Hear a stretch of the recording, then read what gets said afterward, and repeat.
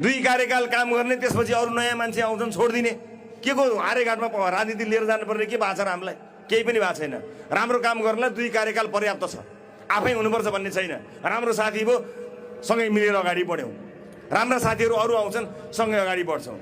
देशलाई निकास दिने कुरा ठूलो कुरा हो, देशलाई के चाहिन्छ त्यो ठूलो कुरा हो, मलाई के चाहिन्छ तपाईलाई के चाहिन्छ त्यो ठूलो कुरा होइन। यसपटक देशको आवश्यकता अनुसार हामी मिलेर आएका छौं। अब तपाईलाई भोट हाल्ने कहाँ होला भन्ने चिन्ता गर्न पर्दैन, ती छ त माथि, ती रहेछ त भन्ने त सधैँ थियो। तपाईको र मेरो भेट नभए पनि मैले पहिले भनेको थिएँ जे पनि हुन सक्छ म माथि, त मैले यो संकेत गरेकै थिएँ, भनेकै थिएँ मलाई जे भए पनि चिन्ता नगर्नु होला। यिनले मलाई हराउन सक्छन्, हटाउन सक्छन्, मेटाउन सक्छन्, मानसिक रूपमा शारीरिक रूपमा सिद्ध्याउन सक्छन्, तर घण्टी छ है, घण्टी मतपत्रमा भनेको थिएँ म, घण्टी छ। हामीले देशैभरि हुन सके जति सीमित समयमा हुन सके जतिका होनार साथीहरूलाई जम्मा गरेर लिएर बसेका छौं। राष्ट्रसभाका उम्मेदवार अर्को ग्रहबाट खसेका त होइन नै, फेरि यही समाजमा भएका साथीभाइहरू खोजखाज गर्दै बटुल्दै ल्याएका छौं।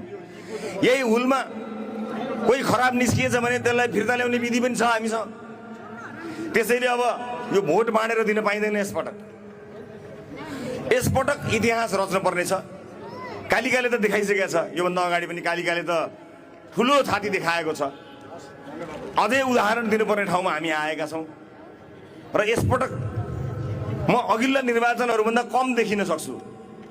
मैले आफू घर घरमा जाने जिम्मा तपाईहरुलाई बुझाउन आएको छु आज म। मेरो साटो घर घर तपाईँ गइदिनुपर्छ, किनभने दूरदराजमा कयौं घण्टीका साथीहरू उठ्या छन्, तिनलाई जिताउनु पर्ने छ। तिनलाई लिएर नगए त संसदमा माइक काट्दिन्छन्, उनीहरूले जिते भने त बोल्न दिँदैनन्, तपाईका मुद्दा बोल्न दिँदैनन्।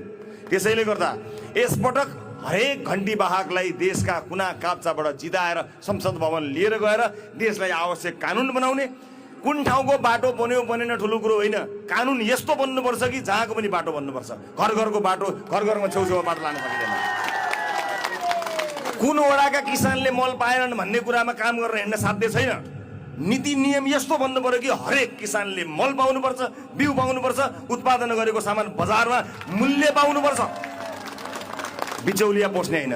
त्यो एउटा नेताले गर्छ भन्छ नि, त्यो कुनै जादुगर होइन बा। त्यस्ता जादुगर नेता जन्मिया छैन, कम्तीमा म त्यस्तो जादुगर होइन।